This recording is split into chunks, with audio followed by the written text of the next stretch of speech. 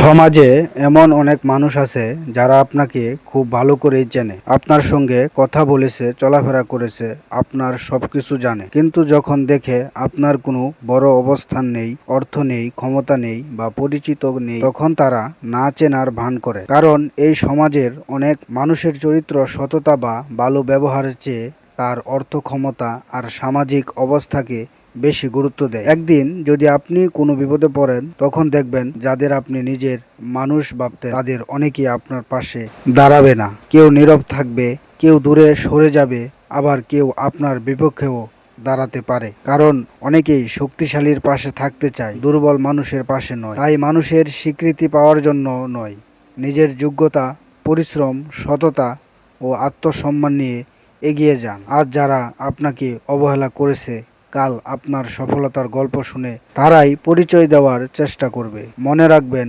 অর্থ ও অবস্থান মানুষের আসল পরিচয় নয়, মানুষের আসল পরিচয় তার চরিত্র। তবে বাস্তবতা হলো, অনেকেই সেই চরিত্র দেখার আগে আপনার অবস্থানটাই দেখে। তাই কাউকে কিছু প্রমাণ করার জন্য নয়, নিজের স্বপ্ন পূরণের জন্য পরিশ্রম করুন। সময় একদিন সব প্রশ্নের উত্তর দিয়ে দিবে।